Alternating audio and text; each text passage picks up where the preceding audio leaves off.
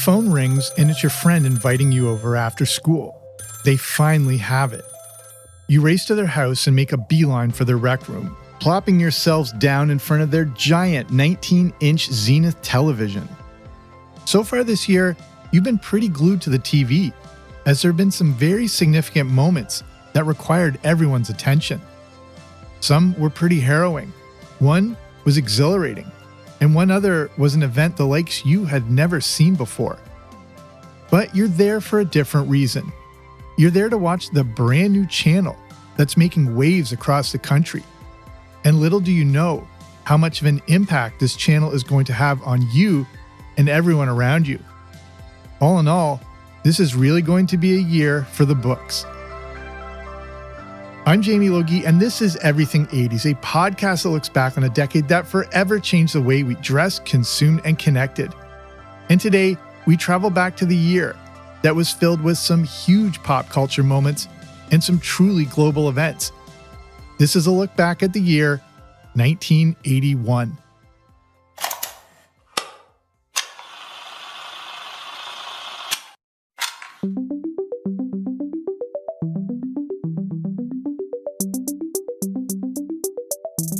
We're now 1 year into the 1980s, and even though there is still some carryover and influence from the 1970s, the new decade is slowly finding its footing and carving out its own identity. Our focus today will be on the big pop culture moments, the movies, TV shows, music, technology, and sports. But we'll start with a recap of some of the significant world events that took place in 1981. 1981 begins with a new president, as Ronald Reagan is sworn in on January 20th. June of 1981 was the first official reporting for what will be known as AIDS. The Voyager 2 is able to take images of Saturn's moon called Titan. Andrew Lloyd Webber's Cats first debuts in London's West End. Speaking of London, 1981 was when the very first London Marathon took place. On March 6, Walter Cronkite signed off the evening news for the very last time. In 1981, the average cost of a new home was around $78,000, average monthly rent around $315, and a gallon of gas cost about $1.25. But speaking of the economy, a recession is about to hit the US in the summer of 1981, and it would last for more than a year. Here in Canada, just like the US, we were going through a period of high inflation. According to United Press International, 1981 was the highest inflation of prices in 33 years. Statistics Canada said that the annual increase in prices was 12.5%, up from 10.1% in 1980. This was the highest level of inflation since the country hit 17.2% in 1948. Along with the financial turbulence, we also need to start with a few more significant world events. One that was a big celebration, and two others that almost resulted in a terrible tragedy. One of those first events took place on March 30th, 1981, and it almost altered the entire world. If it weren't for a fraction of an inch, this episode would look completely different. On the morning of March 30th, President Ronald Reagan was leaving the Hilton Hotel in Washington, D.C. As he waved to the onlookers, several shots rang out. Reagan was immediately rushed into his waiting limo, which quickly sped off, while officers and Secret Service tackled the assailant. One of the shots that missed Reagan ricocheted off the limo, and it looked like the president had narrowly avoided a tragedy. But while in the limo, Reagan began to cough up blood. It turns out that the bullet that ricocheted ended up hitting him under the left armpit as he was being pushed into the car. Reagan was rushed to George Washington University Hospital, where they realized how close this came to a horrible tragedy. Reagan remained there for nearly 2 weeks before eventually returning to the White House. If you want some more on this entire story, I have a previous episode all about it. And unfortunately, this wasn't the only high-profile attempt. A few months later, in May of 1981, Pope John Paul II was also shot, but he survived the attack too. Those two events were world news, as is our next big moment of 1981 that millions around the world tuned in to watch. It was the event called the Wedding of the Century. The Wedding of the Century took place between Diana Spencer and Prince Charles. During a time when the world was very enamored with the royals, and especially the soon-to-be newest member of the royal family, Diana Spencer, all eyes were glued. Held on July 29, 1981 at St. Paul's Cathedral in London, this wedding was truly a global event, and a lot of people tuned in to watch. The BBC reports that some 750 million people were watching that wedding. This was the power of the royal family, and most notably Diana in the 1980s. This wedding seemed like something out of a movie, but it was real and happening right in front of us. Diana, ever her own person, also broke with tradition as she was the first royal to omit the word obey from her vows. And the wedding was also one of the few not to take place in Westminster Abbey. But it was still a remarkable spectacle and one of the most defining moments of the entire year. We unfortunately know how this story turns out, but for the time being in 1981, it seemed like a real-life Camelot. But let's move into the world of pop culture in 1981, because pop culture is culture. And we start with the world of movies. And this year was dominated by one movie in particular. It was a collaboration between George Lucas, Steven Spielberg, and Lawrence Kasdan, who wrote The Empire Strikes Back.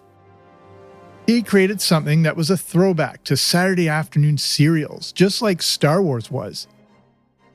They created a new mythology featuring an actor the world now knew as Han Solo.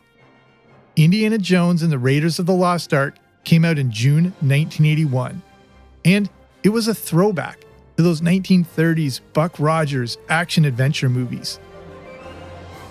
The character of Indiana was great, and the movie featured intense action, biblical mythology, and the search for the Ark of the Covenant.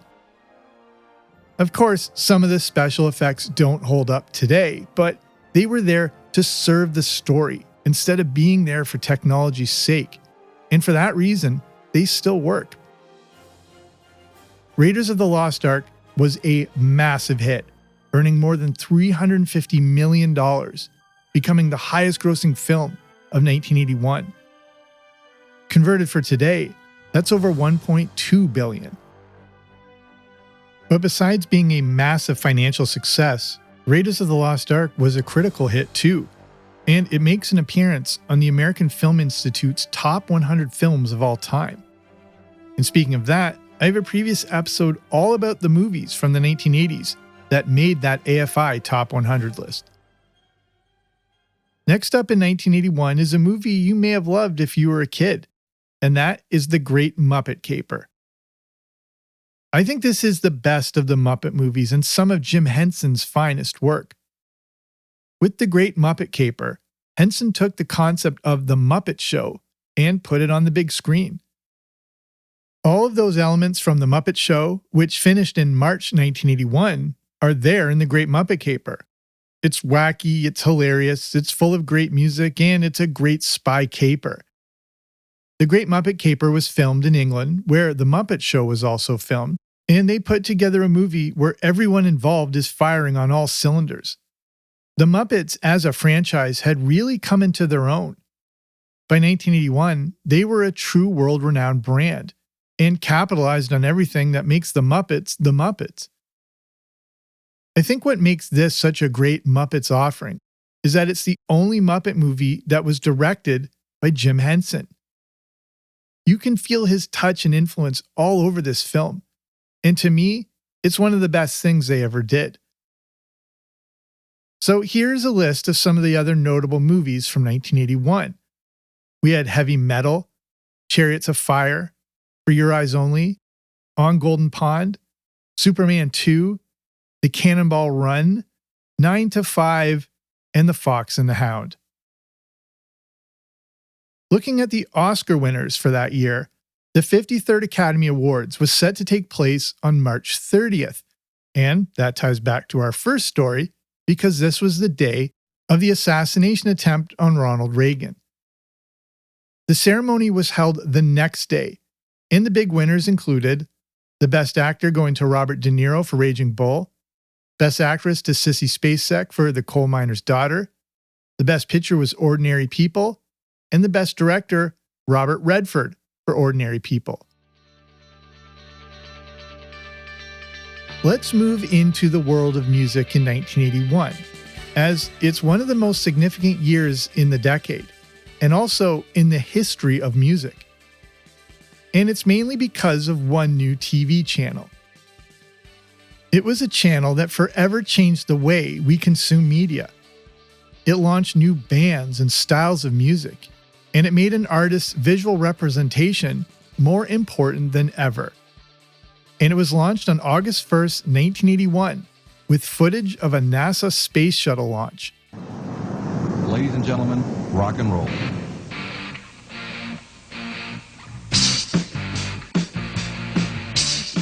With this brand new music television, or MTV, artists now had to pay close attention to how they promoted themselves. Appearance was more critical than ever. Looking good was now as important as sounding good. However, this wasn't a problem for bands from the UK, and they drove the early days of MTV, launching another British invasion of sorts. British music had been using short musical clips on shows like Top of the Pops for years, so British artists were all too familiar with the importance of videos, and easily adapted to the new MTV movement. Duran Duran, A Flock of Seagulls, Depeche Mode, and The Culture Club were just some of the bands making a big splash. Duran Duran was specifically notable, as they created a genuine frenzy everywhere they went.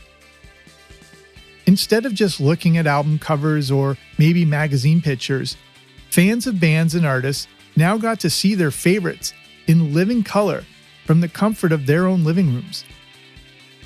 The rise of MTV helped to launch other new artists like Cyndi Lauper and Madonna, and helped push Michael Jackson to even loftier heights. MTV drove new fashion trends and hairstyles as millions of viewers looked to emulate the styles appearing on their TV screens. This would continue for decades to come. MTV also introduced us to new bands and artists we probably would have never heard of, and we had 24-hour access. If you want some more on the history of MTV, I also have a previous episode about this groundbreaking and culture-shifting channel. When it came to the songs at the top of the charts, there was quite a variety in 1981. Because of the influx of new British talent, the new wave sound continues to be prominent on the radio, on TV, and in clubs. New wave, that unique genre that combines bits of punk, synth pop, reggae, and regular pop, may be one of the most defining sounds of 1981. But there is still a wide range of genres when it comes to the top of the charts.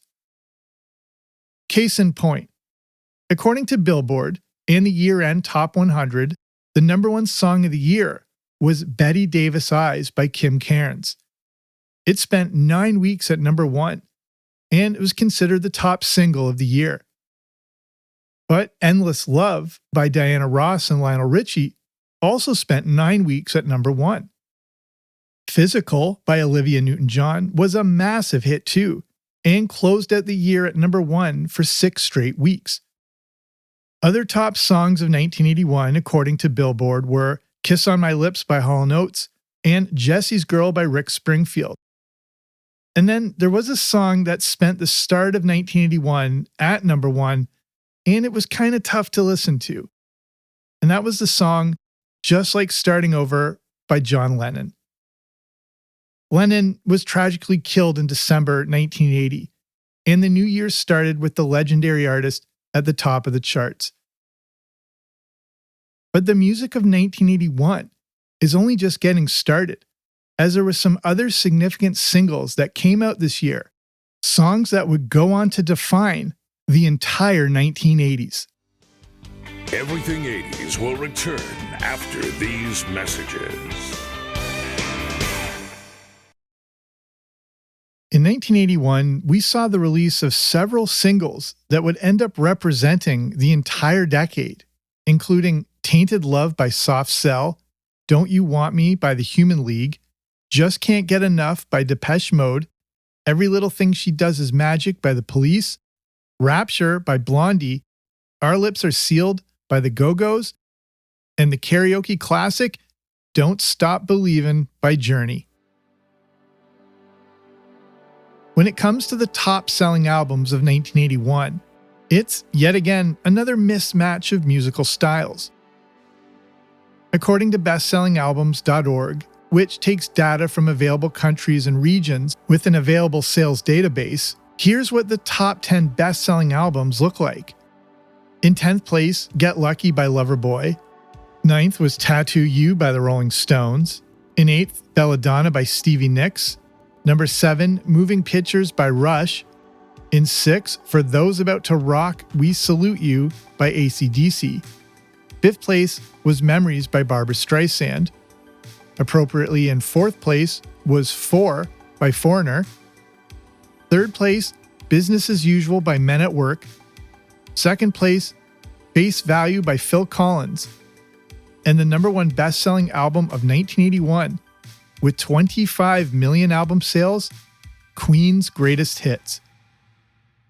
So quite the variety in 1981 in that top 10 list. And all in all, an incredible and historic year for music. We now move over to the world of technology and video games.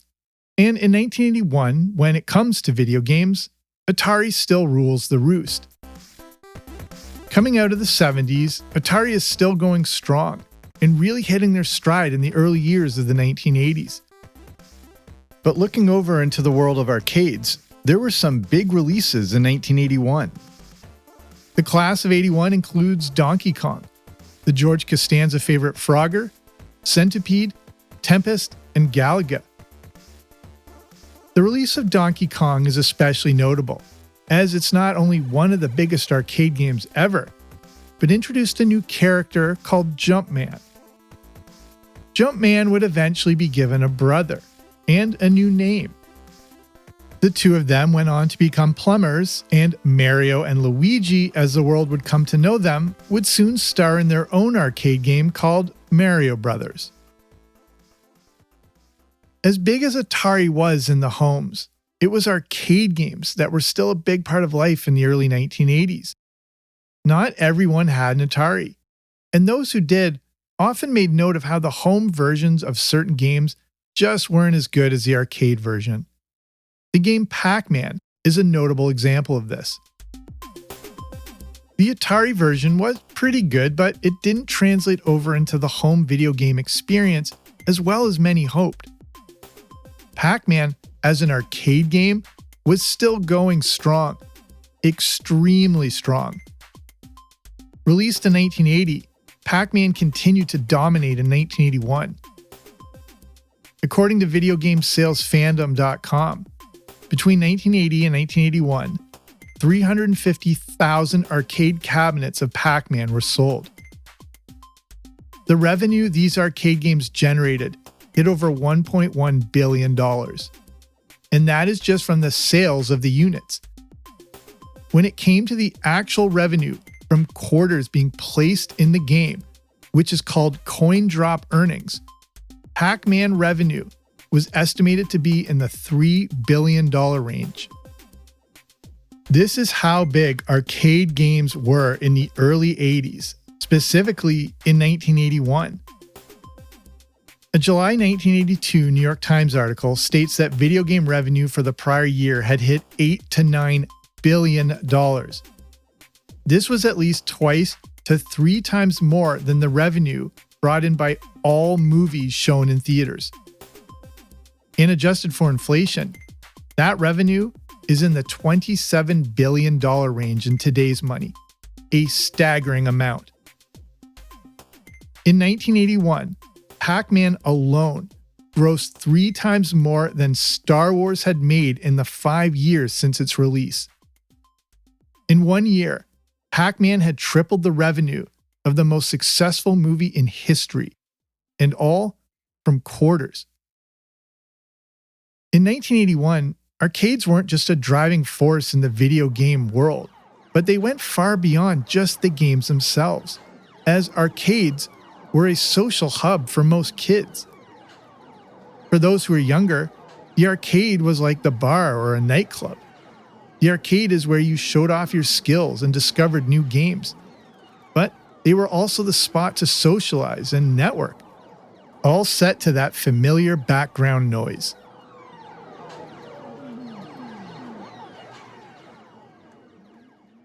In other areas of technology, things are starting to heat up when it came to the personal computer. In 1981, the IBM PC first hit the market. IBM put a lot of what it knows about computers into the new IBM personal computer. Not to make it complicated, but to make it simple, so it's easy to understand and easy to use. IBM made its personal computer to help a person be more productive, to help a person be more creative. And those are good reasons for a person to feel good. That PC, known as the IBM 5150, came with a 4.7 megahertz processor, and the entry models had only 16K of RAM.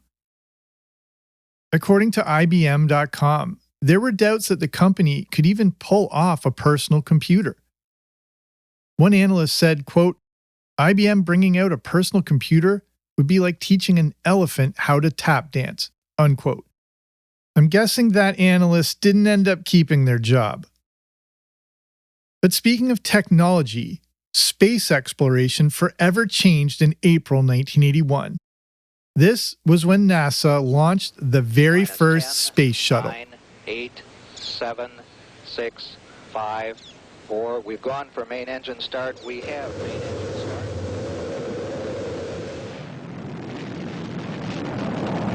Space Shuttle Columbia launched on April 12th at 7 a.m. and spent 2 days and 6 hours in space.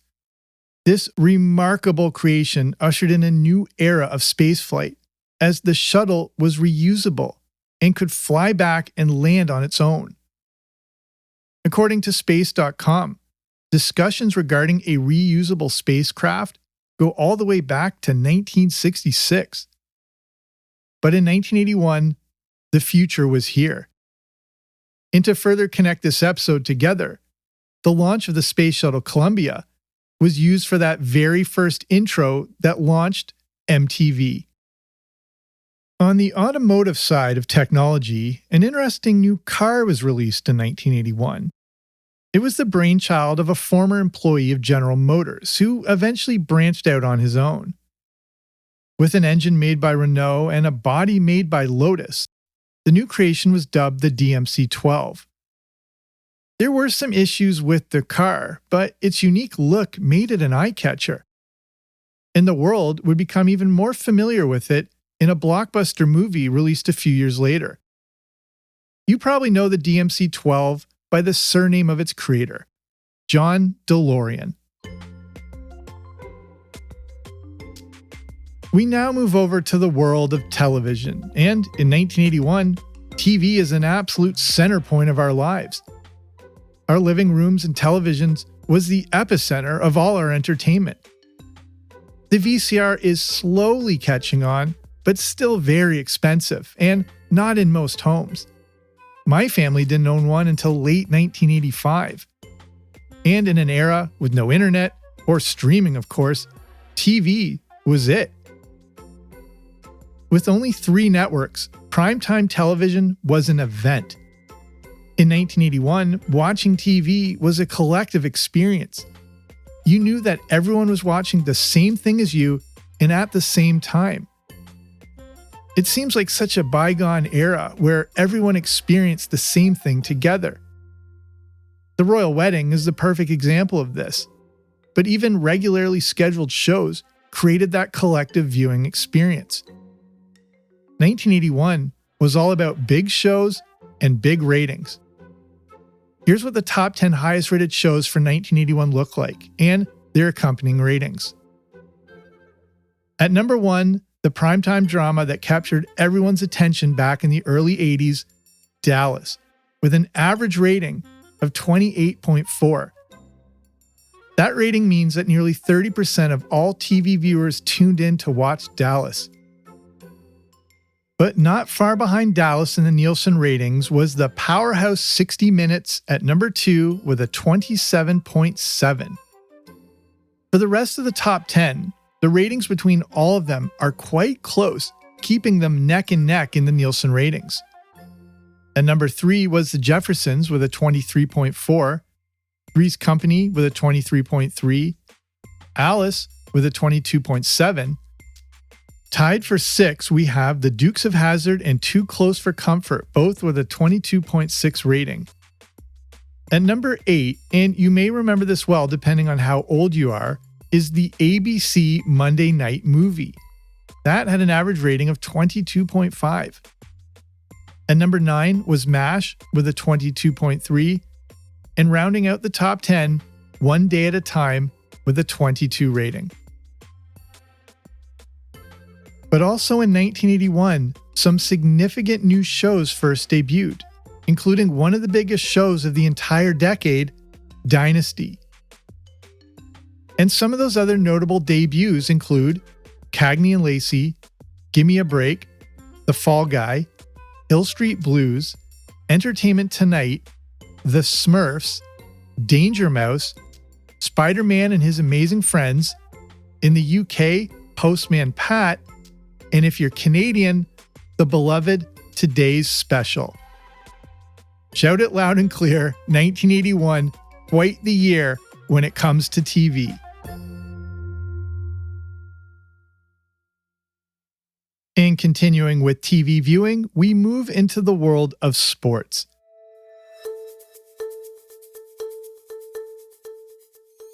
There's always a bit of a letdown coming off of an Olympic year. The Winter Olympics of 1980 gave us one of the greatest sports moments in history with the Do You Believe in Miracles upset of the Russians by the Americans in hockey. But that's not to say there weren't any significant sporting moments in 1981. Far from it, actually. Let's look at a few highlights. In April, Larry Holmes defeats Trevor Berbick to win the WBC heavyweight title. And this is interesting because these two fighters play a key role with the great Muhammad Ali. In 1980, Larry Holmes defeated Ali in a fight that was pretty tough to watch and resulted in Ali's trainer stopping the fight in the 10th round. But then, in December 1981, Ali took on Trevor Berbick in what turned out to be Muhammad Ali's very last professional fight. Despite his age and health issues, Ali managed to hold his own. He ended up losing in a decision, but performed much better than people were expecting, especially after the disaster of the Larry Holmes fight. I have a previous episode all about Ali's last pro fight dubbed The Drama in the Bahamas if you want to check that one out too. Elsewhere in the world of sports, Tom Watson wins the Masters in golf. John McEnroe wins Wimbledon in the famous You Cannot Be Serious match, and he also wins the US Open. Chris Evert wins Wimbledon.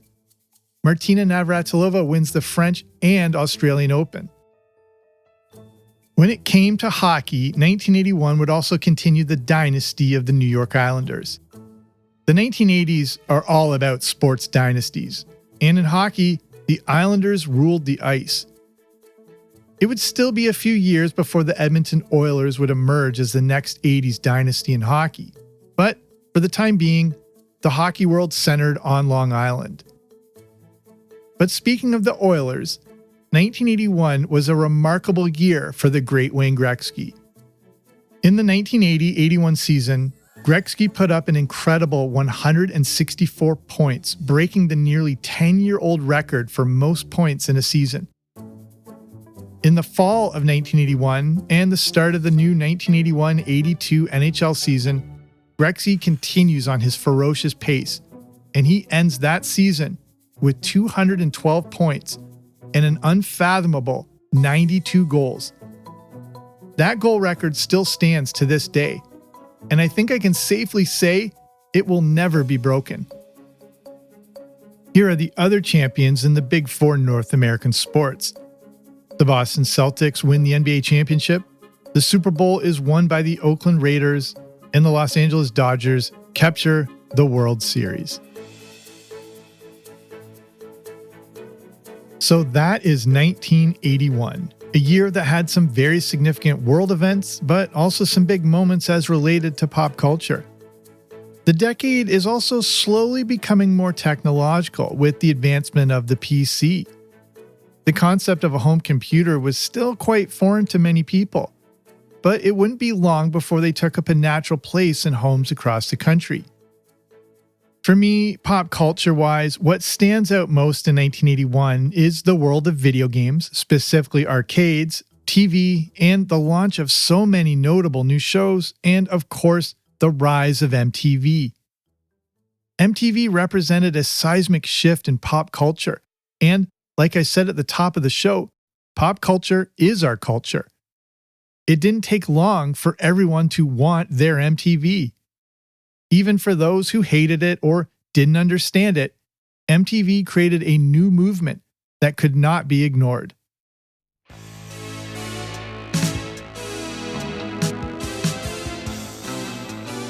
And on that bombshell, it's time to end. Thank you so much for listening. And if you like what you heard, you know there's plenty more where that came from.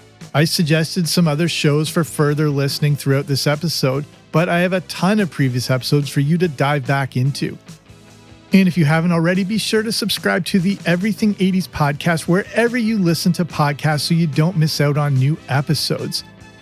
If you're in a position to help support the show, you can consider becoming a part of Patreon.com. That's the platform to get access to bonus 1980s audio content, including things like the Everything 80s movie review podcast. So if you want to learn more about that, you can head on over to patreon.com/80s. That's patreon.com/80s, or click on the link in the description. So again, thank you for being here with me today. Thank you for taking the time to listen to this episode.